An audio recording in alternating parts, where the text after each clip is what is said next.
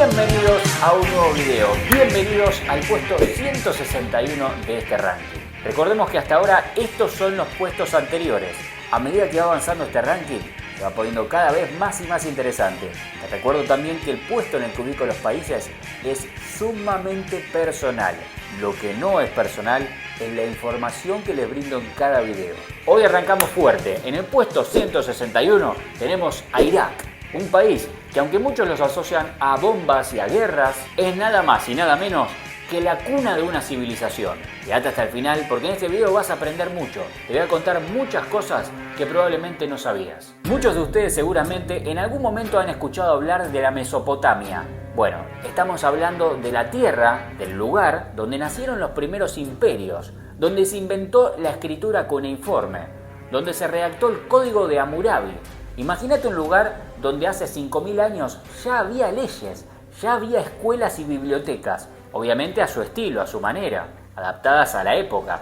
Mientras en el resto del mundo apenas estaban aprendiendo a hacer el fuego, acá ya estaban bastante avanzados.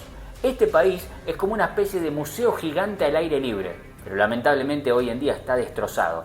Tenés las ruinas de Babilonia, con la mítica puerta de Ishtar, la ciudad de Ur, donde supuestamente nació Abraham, y Nínive, que fue capital del imperio asirio. Todo eso actualmente se encuentra tirado, roto, bombardeado, saqueado. Es tristísimo, porque estamos hablando del corazón de la historia humana. Pero es la verdad, se encuentra destruido por la codicia y la estupidez. Y no solo es historia, este país está sentado arriba de una montaña de oro negro. A pesar que mucha gente no asocia a Irak con el petróleo, este país tiene una de las reservas de petróleo más grandes del mundo. Un suelo que literalmente escupe petróleo. Pero acá viene la parte que te vuela la cabeza. Mientras las multinacionales y los políticos se llenan los bolsillos, la gente común la pasa muy mal. Hay zonas rurales donde ni siquiera hay agua potable o electricidad estable. ¿Cómo puede ser que un lugar tan rico tenga a la mayoría de la gente viviendo en la miseria? Bueno, cuando la corrupción es el pan de cada día, nada sorprende. Bagdad, su capital, alguna vez fue la joya del mundo islámico. Durante la Edad Media era el centro del saber, con la casa de la sabiduría, donde se traducían libros, se hacían descubrimientos científicos y se discutían ideas que cambiarían la humanidad. Pero hoy es una sombra de lo que fue. La ciudad quedó marcada para siempre después de la invasión mongola en 1258, pero lo peor llegó en los últimos 30 años. Bombardeos, invasiones, atentados. Cada barrio tiene su propia cicatriz. Y hay algo que no se cuenta tanto. Más allá del caos, hay un pueblo con una identidad fuertísima. La gente sigue orgullosa de su cultura, de su gastronomía, de sus tradiciones. No importa que se caiga todo a pedazos. Siempre hay alguien que te va a invitar a un té o a compartir un plato de masgouf, ese pescado típico que se cocina a la parrilla como una ceremonia familiar. Porque si hay algo que resiste cuando todo se rompe, es la dignidad. Y eso en este país se nota a cada paso. Ahora, ¿cómo puede ser que un país que lo tuvo todo esté tan bajo, esté tan destruido el día de hoy?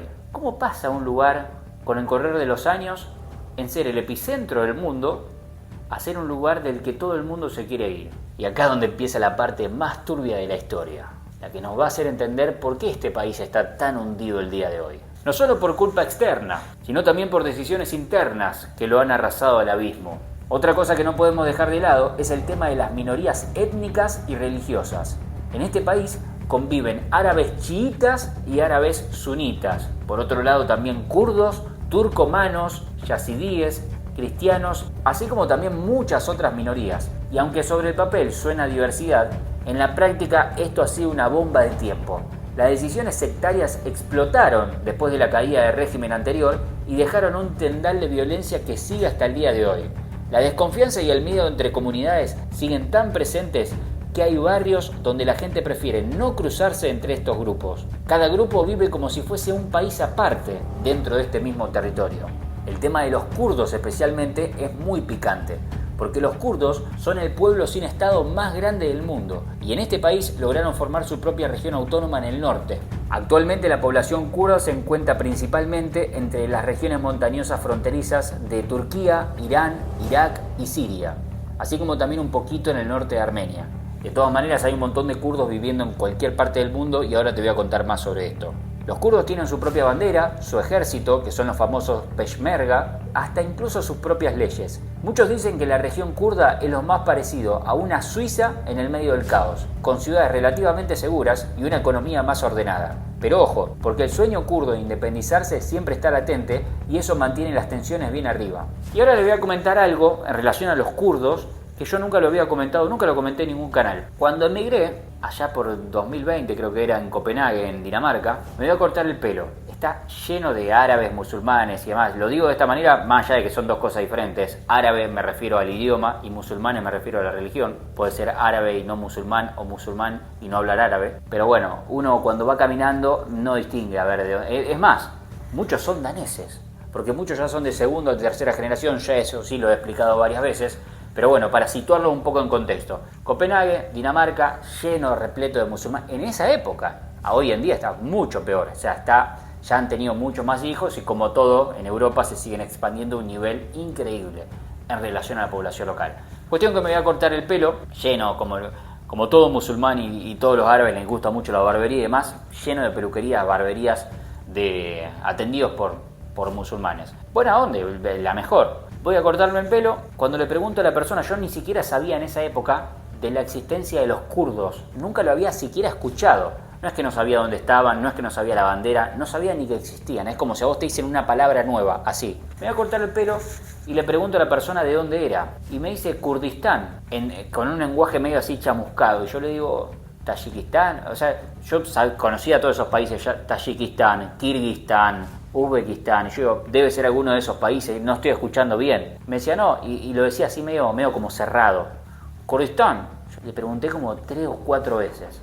En un momento le digo, ¿cómo lo busca? Saqué el celular y me puse a buscar. Digo, ¿lo podés escribir? No sé, algo así le dije en su momento. Y él me anota Kurdistán y me sale una bandera que digo, pero esto no es un país, le digo. Me dice, sí, es un país. Claro, yo me metí a hablarle. Igual de mi inocencia. Él no lo tomó mal. Yo digo, no, nunca lo escuché a este país. Bueno, y me explicó que es una nación que estaba luchando por la independencia, que esto... Pero claramente él me contaba que tanto él como sus compatriotas se sienten kurdos. Él es puntualmente una persona que nació en Siria. Vieron que yo recién les comenté que están distribuidos entre Turquía, Siria, Irán, Irak, más allá de los que están viviendo fuera. Pero los que realmente están en la región están por esos países. Y fíjense ustedes el nivel de pertenencia que tienen, que se sienten kurdos. No se sienten sirios o no se sienten, en este caso estamos hablando de Irak, iraquíes y demás. Al igual yo lo puedo asociar a los musulmanes que viven en Rusia. Los chechenos, o sea, de la región de Chechenia, así como también los dagestanos, que son muchos peleadores de UFC conocidos, de la zona de Dagestán, la provincia, si se quiere, de Dagestán, el estado, como quieran llamar, que en realidad tiene otra división Rusia así, pero para que lo entiendan, no se sienten rusos. O sea, obviamente el pasaporte sale que son rusos, vos lo ves y nunca en tu vida vas a decir que esa persona es rusa. Tienen la apariencia muy similar a los países como Armenia, como Georgia, de esa onda, y claramente si vos le preguntas de dónde son, ni en pedo te van a decir yo soy ruso, o yo soy de Rusia, te van a decir yo soy de Dagestán, o yo soy dagestano, o yo soy checheno. Es como una forma, es como si yo, que soy de Rosario, no te dijera yo soy argentino, te diría no, yo soy de Rosario. Bueno, esto lo hacen mucho también los yanquis, lo hacen mucho los estadounidenses, que vos le preguntás ¿de dónde sos? Yo soy de Los Ángeles. Esto me ha pasado muchísimo, confirmen si a ustedes también le pasó. Me encuentro un estadounidense en Europa, por ejemplo, obviamente yo no sé de dónde son, simplemente estoy escuchando que están hablando inglés. Pero como hay tantas personas que hablan muy bien inglés afuera, vos no te imaginás que va a ser de un yankee, más allá de que lo puedes sacar por el acento y todo. Bueno, le pregunto de dónde son y me dicen, yo soy de Chicago. Es como si yo le dijera, viene un francés y me pregunta, where are you from? ¿De dónde sos? Y yo le dijera, yo soy de Rosario. Va a decir, ¿y dónde queda eso? Decime sos argentino. Acá, decime que sos estadounidense. Pero bueno, estamos entrando en un punto que ya nos vamos a desviar de este video. Va a dar para otro video esto. Volviendo a Irak, no podemos dejar de mencionar a ISIS, el Estado Islámico que deja una marca imborrable en este lugar, ya que ocupó enormes porciones del país, sembró terror y destruyó el patrimonio cultural milenario, cometiendo atrocidades que quedarán para siempre en la memoria colectiva. Aunque hoy están casi derrotados, todo el tiempo están ahí latentes. El daño ya está hecho y hay pueblos enteros que quedaron vacíos, así como también ciudades que hoy en día son fantasmas. Para el que no sabe, ciudades fantasmas son aquellas que no están habitadas, que luego de bombardeos y demás han quedado así. Aprovecho para decirte también que siempre en la descripción, no quiero ahora interrumpir mucho el flujo del video, pero les recuerdo que dejo todos los links de un montón de recursos útiles que les pueden servir. Si quieren trabajar de forma online, tengo la llave del mundo. Si están en duda entre la elección de un destino u otro, el laboratorio es el mejor método para vos. Si querés emigrarte en la biblioteca migratoria en mi página web, si querés tener una videollamada conmigo, tener la asesoría en mi página web, todos los links los encontrás en patobonato.com. Seguimos ahora hablando de Irak. Otro dato tremendo es el de las mujeres. En muchas zonas rurales, las mujeres todavía son tratadas como ciudadanas de segunda categoría. Los matrimonios forzados siguen siendo una moneda corriente. De hecho, hace poco el Parlamento de Irak ha aprobado una ley que permite el matrimonio con niñas desde los 9 años de edad. La violencia doméstica también está muy extendida y normalizada y en muchos casos ni siquiera llega a ser denunciada, porque la propia ley y la cultura lo minimizan o lo justifican. Y si hablamos de la religión, este es uno de los países donde el islam chiita y sunita conviven, pero muchas veces de manera explosiva. Hay mezquitas blindadas, rezos vigilados, procesiones religiosas que pueden terminar en tragedia. La religión está en cada rincón de la vida diaria y la presión social para cumplir con los preceptos es altísima. Para el que no esté al tanto, los musulmanes generalmente se dividen en dos: los chiitas y los sunitas. Generalmente están en puro conflicto entre países que son enteramente sunitas o chiitas. En este caso conviven los dos en el mismo territorio, así que imagínense. Un detalle que llama mucho la atención tiene que ver con las ciudades verdes. Estos barrios ultra residenciales donde vive la élite política y económica. Mientras el resto del país se cae a pedazos, ahí nunca te va a faltar la luz, la electricidad, el agua, así como también los lujos. Es el contraste más brutal que podés ver. Unos pocos viviendo como reyes, mientras la mayoría apenas sobrevive. Y hay algo que mucha gente no sabe, y es que este país es uno de los mayores exportadores de dátiles del mundo. Sí, entre tanto caos, la producción de dátiles sigue siendo un motor económico importante, sobre todo en las regiones del sur. Este es un producto que exportan a decenas de países, manteniendo viva una tradición agrícola milenaria. La educación también está muy golpeada. Aunque antes de las guerras era uno de los países más educados de la región, hoy las escuelas funcionan a medias. Muchos maestros emigraron o dejaron la profesión y los estudiantes tienen que luchar contra miles de obstáculos para poder terminar sus estudios. Pero lo más loco es que a pesar de todo, todavía hay un deseo muy fuerte de aprender. La gente valora la educación como una de las pocas herramientas reales para poder salir adelante, pese a que el contexto no ayude en nada. Por otro lado, tenemos que hablar de la cuestión de los desplazados internos, que ese es otro drama gigante. Se calcula que hay más de 1,5 millones de personas que tuvieron que abandonar sus casas por culpa de la violencia y ahora viven en campos de refugiados o en condiciones extremadamente precarias. Imagínate tener que dejar todo atrás: tu casa, tu trabajo, tus recuerdos, arrancar de cero en una carpa, dependiendo de ayuda humanitaria que sabemos que generalmente no llega, para poder así sobrevivir, para poder comer en el día a día.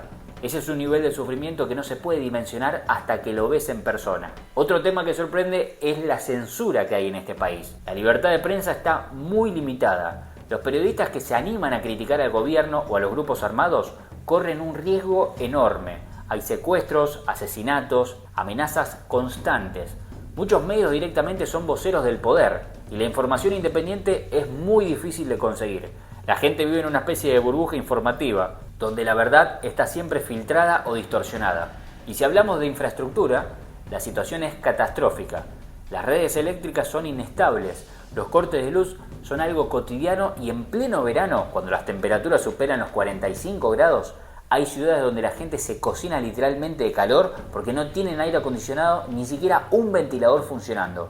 El agua potable es otro tema grave. Hay zonas donde directamente no llega y otras donde llega pero contaminada. Las cloacas se desbordan, las calles están llenas de basura y la reconstrucción avanza a paso de tortuga porque cada peso que llega termina en manos corruptas. La juventud está atrapada en un círculo vicioso. Muchos sueñan con emigrar, pero no tienen cómo. Otros terminan enganchados en redes de criminalidad, narcotráfico o milicias armadas, porque claramente no ven otra salida. La frustración es enorme y eso se siente en el día a día en la calle. Hay una mezcla de bronca, tristeza, resignación que se palpa en el aire. La vida cotidiana está marcada por los checkpoints, las milicias y el temor a que cualquier día normal puede terminar en una tragedia. Los atentados con coches bomba todavía son un peligro real. Y aunque la situación mejoró un poco en los últimos años, la gente todavía sigue mirando por sobre el hombro, desconfiando de todo y de todos. Un dato muy loco es el de las universidades. A pesar de todo, hay universidades que siguen funcionando y que son muy prestigiosas en la región.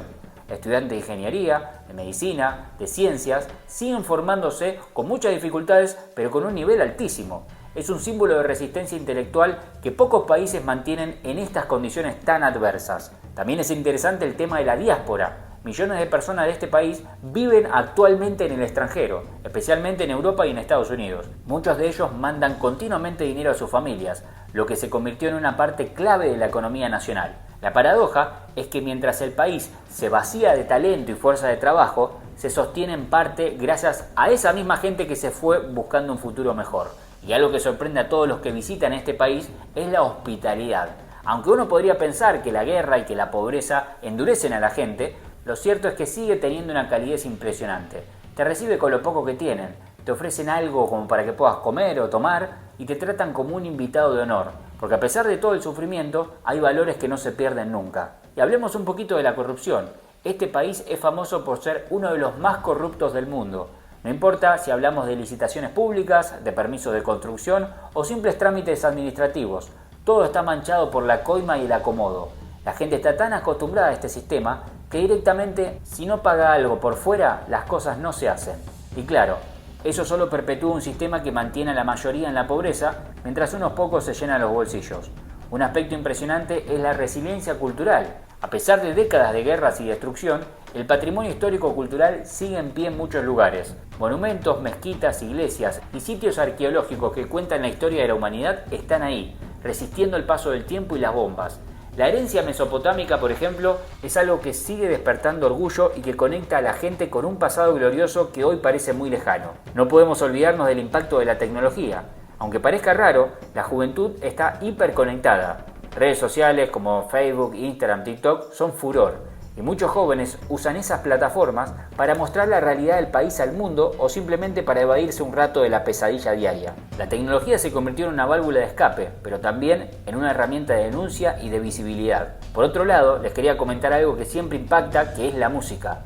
La música tradicional tiene un papel fundamental en la vida diaria. Se escucha en las bodas, en las celebraciones, en los rituales religiosos, y cada región tiene su propio estilo, sus propios instrumentos, sus propias historias contadas en canciones, porque aunque todo se venga abajo, la música sigue teniendo un refugio para el alma.